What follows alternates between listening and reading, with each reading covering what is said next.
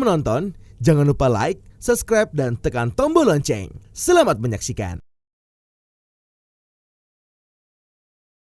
Negara hadir mewujudkan percepatan pemulihan ekonomi nasional melalui percepatan pembangunan ekonomi yang merata, kemudian investasi guna peningkatan penanaman modal, simplifikasi proses untuk memperoleh fasilitas kawasan ekonomi khusus, serta optimalisasi kegiatan industri, ekspor, impor, dan kegiatan ekonomi lain yang memiliki nilai ekonomi tinggi. Pandemi COVID-19 memberikan tekanan yang luar biasa dalam perekonomian. Namun Menteri Keuangan Sri Mulyani Indrawati menegaskan bahwa Indonesia selalu mampu memanfaatkan kondisi krisis sebagai kesempatan untuk membangun fondasi yang semakin kokoh dengan memperkuat reformasi struktural. Menurut Menteri Keuangan, salah satu yang diatur di dalam Undang-Undang Cipta Kerja adalah dibentuknya KEK dengan peraturan perundang-undangan yang baru. Hal ini disebut Menteri Keuangan ditujukan untuk tujuan produktif dan investasi. Sasaran pengembangan KEK adalah untuk meningkatkan kehadiran modal baik dari dalam maupun luar negeri. Dengan kehadiran modal ini, menurut Menteri Keuangan akan muncul kegiatan industri yang makin produktif atau optimal, serta industri yang makin kompetitif bahkan meningkatkan ekspor. Menurut Menteri Keuangan, KEK dengan berbagai kekhususan dan insentif akan diharapkan menjadi pusat kegiatan ekonomi yang memiliki nilai ekonomi yang tinggi dan juga menjadi pusat pertumbuhan ekonomi yang baru. Lebih lanjut, Menteri Keuangan berharap akan muncul terobosan pengembangan kawasan untuk pertumbuhan ekonomi daerah-daerah di Indonesia yang memanfaatkan fasilitas KEK ini. Untuk mencapai sasaran tersebut, Menteri Keuangan mengatakan ada dua hal penting dari perubahan Undang-Undang Nomor 39 Tahun 2009 mengenai kawasan ekonomi khusus yang sekarang ada di dalam Undang-Undang Cipta Kerja yang kemudian diturunkan dalam bentuk Peraturan Pemerintah Nomor 40 Tahun 2021.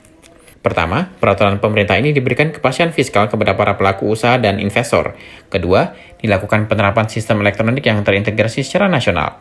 Dengan demikian, pelaksanaan dari kegiatan ekonomi di kawasan ekonomi khusus, terutama ekspor dan impor, akan semakin efisien, produktif, kompetitif, dan lebih efisien, dan lebih pasti. Kawasan ekonomi khusus dirancang sebagai kawasan yang tentu diharapkan memiliki keunggulan geoekonomi dan geostrategis. Di dalam kawasan ini akan diberikan berbagai fasilitas dan insentif khusus. Ini untuk menarik investasi dan kegiatan produktif, bahkan tentu juga orientasi ekspor.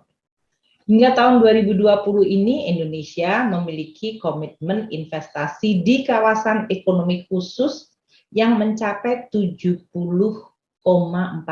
triliun rupiah. Dan pada tahun 2021, kita telah menambah 4 kawasan ekonomi khusus baru. Dari yang sebelumnya hanya 15 menjadi 19 kawasan ekonomi khusus. Dan ini bergerak di sektor-sektor yang makin bervariasi. Sektor manufaktur jelas merupakan sebuah sektor yang tradisional untuk kawasan ekonomi khusus. Namun saat ini kita juga memiliki kawasan ekonomi khusus yang bergerak di bidang pariwisata, pendidikan, dan ekonomi kreatif.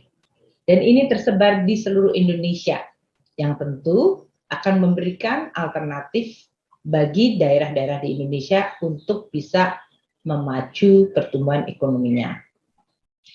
Sasaran pengembangan kawasan ekonomi khusus adalah untuk meningkatkan tentu kehadiran dari modal-modal baik dari dalam negeri dan luar negeri.